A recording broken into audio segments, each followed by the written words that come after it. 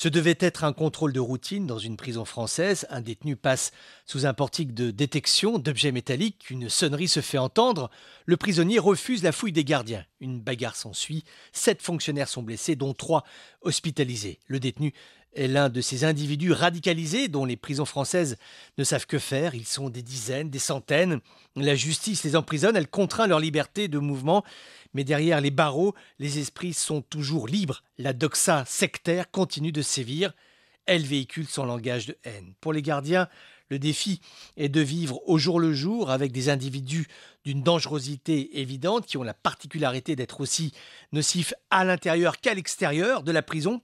Prenons un serial killer qui a trucidé sa famille, par exemple. Tu le cantonnes dans une cellule à l'écart de la société. L'application de la peine est efficace, il ne peut plus tuer. En revanche, les détenus islamistes qui sont passés à l'acte déjà, donc qui sont des clients sérieux, eux vont retrouver dans l'univers carcéral un contexte qui permettra de véhiculer leur idéologie, la proximité, la macération cérébrale dans l'enfermement.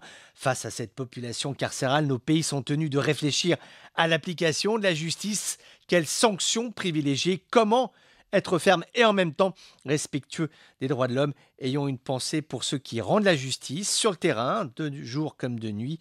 En prison, tu sais, eh bien c'est un peu une ville qui ne s'arrête jamais. Il y a les gardiens, le personnel administratif, celui qui a installé le portillon de sécurité qui a sonné l'autre jour, l'infirmière qui a soigné les fonctionnaires. C'est un monde en soi et c'est un monde qui va mal. 7 fonctionnaires blessés pour un seul individu, soit les gardiens n'ont pas été formés pour maîtriser des forcenés, soit ils prennent tellement de précautions de peur d'être accusés de maltraitance qu'ils ne se sentent pas libres de leurs gestes. Or, sur ce genre d'affaires, quand tu interviens, il faut aller vite, sinon ça dégénère. Et visiblement, c'est ce qui s'est passé. Le président français, Macron, a demandé à ses équipes de lui fournir des propositions avant la fin du mois de février. Rarement, la tension n'a été aussi vive dans les prisons françaises.